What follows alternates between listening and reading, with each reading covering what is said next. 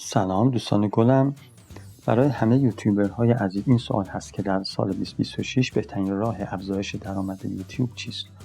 آیا برای این موضوع یوتیوب برنامه‌ای داره یا خیر؟ بر اساس قواعد کلی یوتیوب تنها یک عامل هست که بیشترین تأثیر رو بر درآمد میگذاره: افزایش ارزش ویدیو برای تبلیغ کننده. یعنی یوتیوب میگه الگوریتم درآمد نه به طول ویدیو وابسته است و نه به تعداد اون.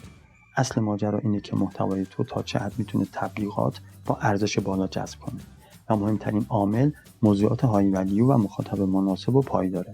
یعنی در 2026 باید سراغ موضوعاتی بریم که RPM و CPM بالاتر دارن، مخاطب واقعی و ثابت بسازیم و محتواهایی تولید کنیم که تبلیغ کننده ها حاضرن هزینه بیشتری براش بپردازن.